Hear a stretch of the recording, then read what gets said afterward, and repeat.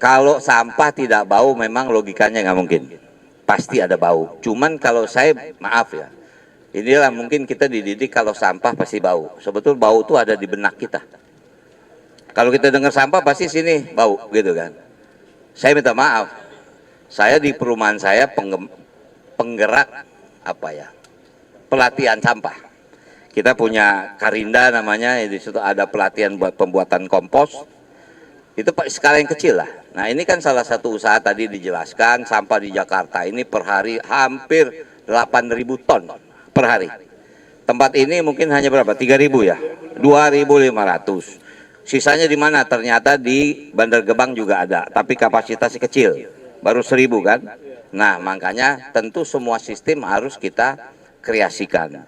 Kemarin saya sudah sampaikan kalau memang ingin bikin RDF lagi, kita harus pecah di beberapa wilayah. Misalnya di Jakarta Barat kita bikin. Karena kapasitas tampung nggak bisa lebih dari 2.500 ton per hari. Nah jadi kalau memang sampah Jakarta 8.000, minimal kita harus punya 3. Itulah salah satu usaha. Tapi tentang bau, tentu nggak bisa dijamin. Karena bau juga tergantung daripada angin kan. Tapi kalau kita tidak melakukan ini, nggak akan pernah selesai sampah di Jakarta.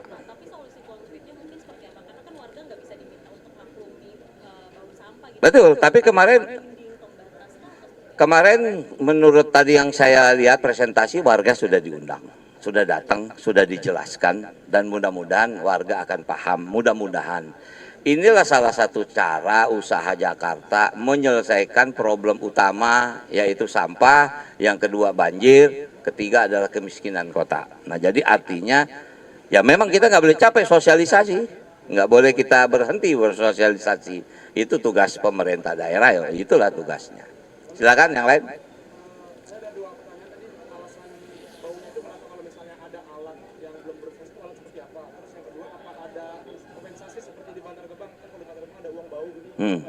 Oke, silakan mungkin Pak Kadis karena ini teknik. Apa alat namanya itu?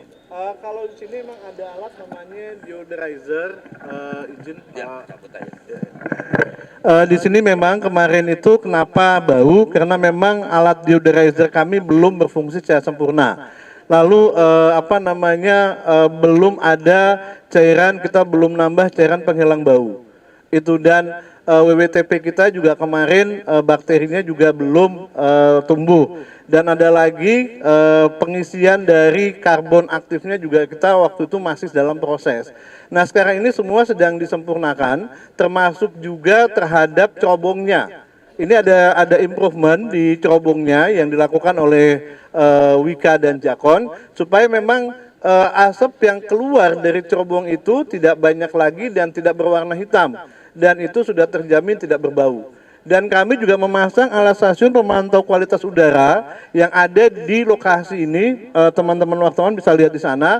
Dan kami juga pasang satu SPKU di sekitar. Jadi ada satu SPKU kami pasang di JGC. Itu jadi nanti kami memang akan sangat transparan terhadap laporan-laporan terhadap nilai-nilai kualitas udara yang memang bisa dilihat oleh masyarakat. Itu Pak Wagub.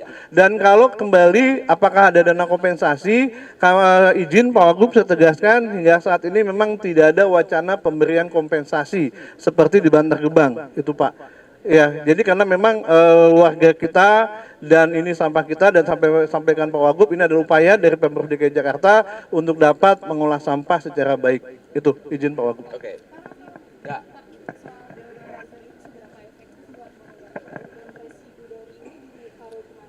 Iya, kalau deodorizer alhamdulillah ini kita sudah mengaktifkan dan saat ini teman-teman juga merasa bahwa udaranya nggak bau. Itu karena memang aktif dari deodorizer tersebut dan kita sudah menyebar adanya cairan penghilang bau. Itu. Kalau residunya ini saya tekankan sekali lagi, jadi 2.500 ton sampah sehari itu kemudian menjadi RDF 875 ton, itu bukan kemudian residunya adalah 2.500 dikurang 875 sama dengan sekitar 1.500 lebih gitu kan. Itu bukan itu. Karena sampah Jakarta bisa saya sampaikan 70-80% adalah air. Di saat kemudian kita lakukan pemrosesan di sini, airnya itu kita kurangi. Benar-benar sampai di bawah 20%. Nah itulah yang kemudian sampah yang sudah kita kurangi airnya, kemudian kita keringkan lagi.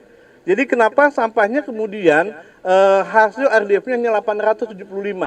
Dalam pemrosesannya memang ada yang namanya batu, ada namanya karena sampah kita kan sampah campur baur semuanya ada di sini, kaleng semua. Nah dalam proses ini ada mesin yang memang bisa memisahkan logam, memisahkan kaleng, memisahkan batu, memisahkan tanah, semua ada di sini.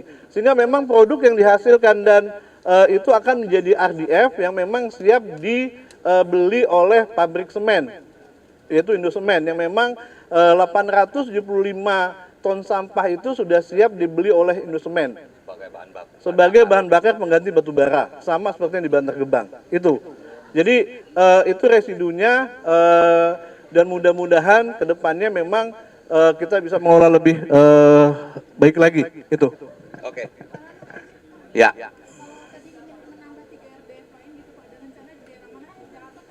Tentu tadi saya baru berimprovisasi kan, kita harus bagi wilayah. RDF di Rorotan ini kira-kira sampai mana yang selesai?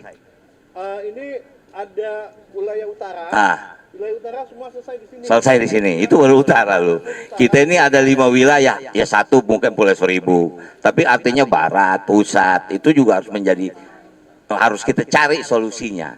Karena kalau kita full di satu tempat, pada waktu delivery sampah ke sini, maaf, jalanan kecil saja saya protes. Gimana nanti kita mau bawa sampah dari tempat luar ke sini? Jadi lebih bagus memang kita membuat RDF di tempat-tempat yang ada di wilayah itu. Oke, saya pikir itu saja.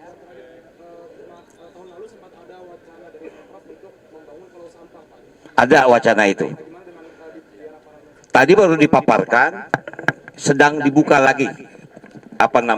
Wacana itu. Jangan salah, Singapura tuh mempunyai salah satu keberhasilannya adalah membangun pulau sampah. Dan itu mereka bangun dari tahun 99. Itu cukup saya pelajari waktu saya jadi gubernur Banten, karena Banten juga masuk ke dalam strategis nasional untuk persampahan ini. Nah jadi semua potensi, semua harus kita coba. Kalau enggak kelar-kelar kita masalah sampah kita ini. Oke ya, terima kasih teman-teman. Assalamualaikum warahmatullahi wabarakatuh.